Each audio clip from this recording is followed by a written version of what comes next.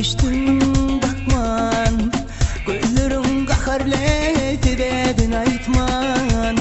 Bunu bile bollay tülmürep gittin, kıyman ya nelecek tebedin bilmen. Oylan ay, başımı oylan ay, ayrılık salma ara. Oylan ay sevgilim, alo telefonu alay gıyıp, canıma cevap vermeyen, ya işte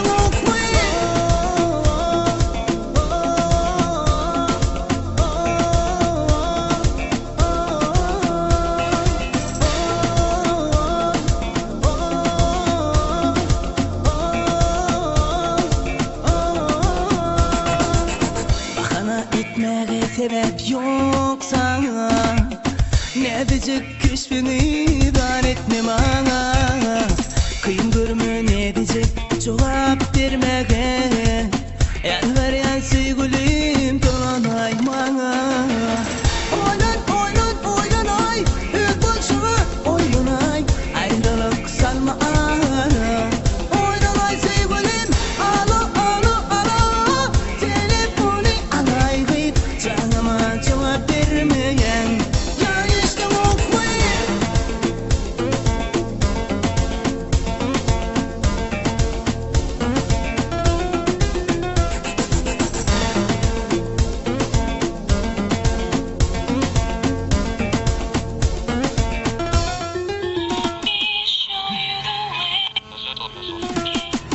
Hiç unutama telefonu diyerin, telefonu almayasın ya da üçürlersin.